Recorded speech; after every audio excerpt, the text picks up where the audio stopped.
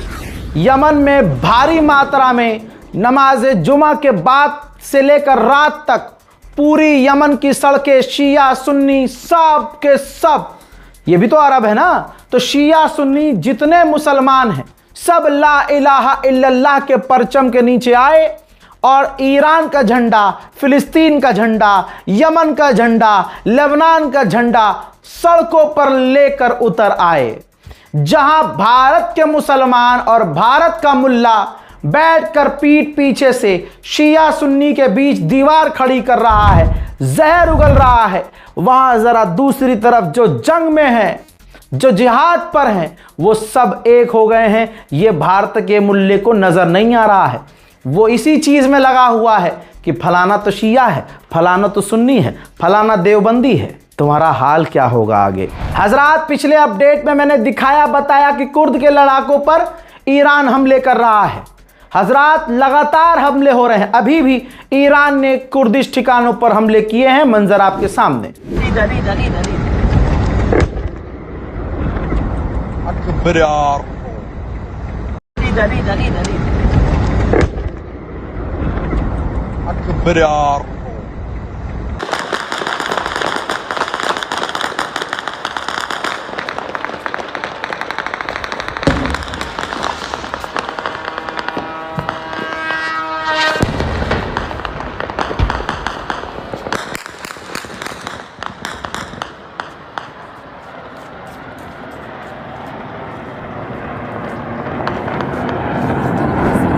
आदत से मजबूर इजराइल ने लेबनान पर भी बड़े हमले किए हैं। तो जो शिया सुन्नी करने वाले बड़े पक्के मुसलमान हैं, उनसे कहूंगा अपनी औकात दिखाओ और जाओ लेबनान के सुन्नियों को बचाओ।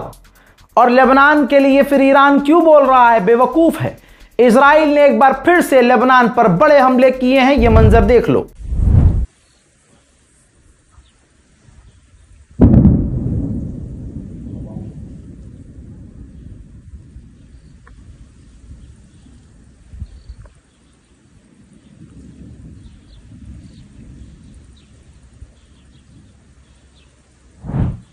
हजरात मोहतरम, मस्जिद की मीनार पर हमला हुआ है।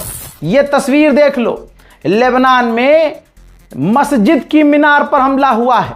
अब जो शिया सुन्नी करने वाले कुत्ते हैं, क्योंकि मैं बहुत निशाने पर हूं शिया सुन्नी करने वालों के नजरों में, मतलब जो मेरे सपोर्ट में बोल रहा है, जो ऐसे है ना सुअर, जो शिया सुन्नी करने वाले मुसलमान, वो उनको डीएम कर रहे हैं कि रजा के समर्थन में वीडियो बनाओगे तो अकाउंट ब्लॉक कर देंगे।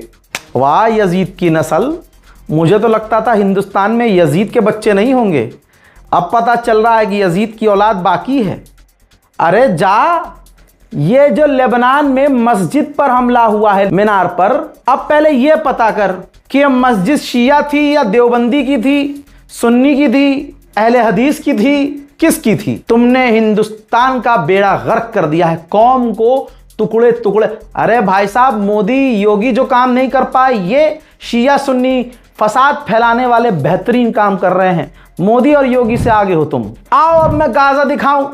इजराइल ने, ये तस्वीर देखिए, अल्लाह अकबर, गाजा में जनाजा निकल रहा था किसी व्यक्ति का, भाई उसी जनाजे पर हमला कर दिया इजराइल ने। इजराइल की कस्टडी में दर्जनों फिलिस्तीनियों की मौत हुई, उनकी इज्जत लूटी गई, उनको मारा गया, उनको प्रताड़ित किया गया।